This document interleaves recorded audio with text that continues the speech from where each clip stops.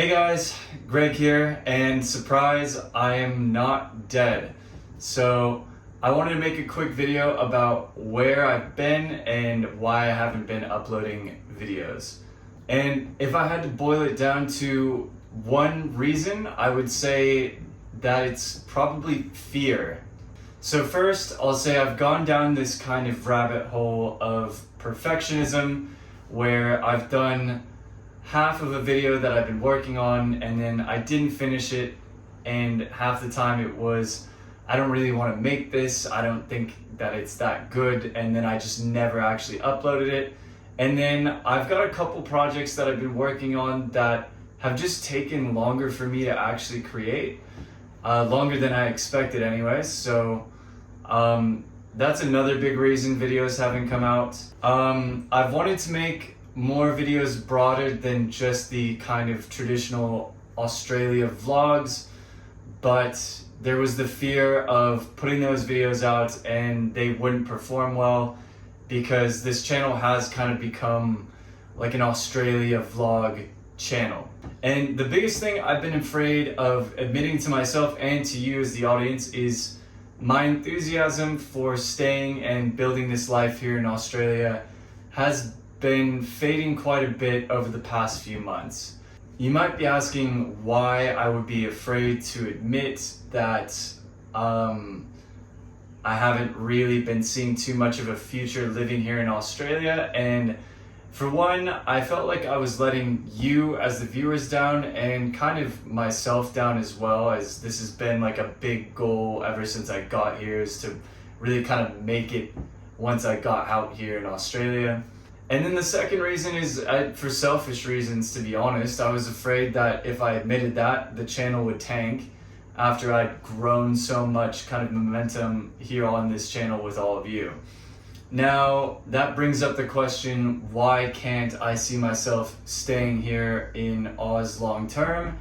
And I'm not gonna go into a ton of detail about it on this video, because I feel like it should probably be its own video, and there's a lot of different nuances that I would want to explain. To give you kind of a broad overview, here are some of the things recently that I've been struggling with. So when I left the US to come here to Australia, my biggest goal was really to try and build some new skills and also grow the YouTube channel, as I had just left my kind of post-uni career job working as a project engineer for a construction company.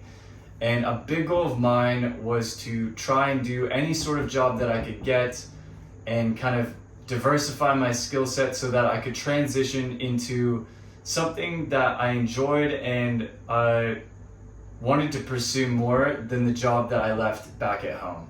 And a big part of what made these videos really fun for me to make is kind of showing that journey and hopefully giving people that watch some inspiration as to how they could maybe make that happen in their own lives as well.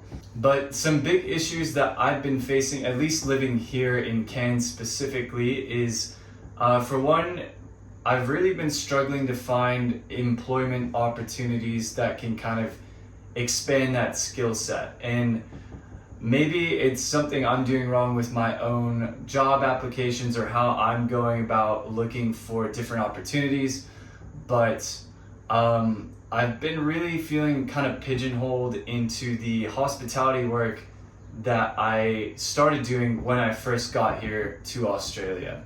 And having applied to a bunch of different jobs that are kind of tangential to what I have work experience with, I just haven't gotten a lot of positive response.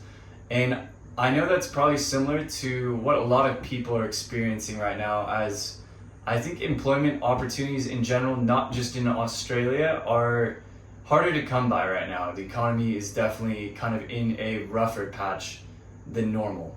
And another big issue with kind of long-term plans in Australia for me is the visa options that I do have.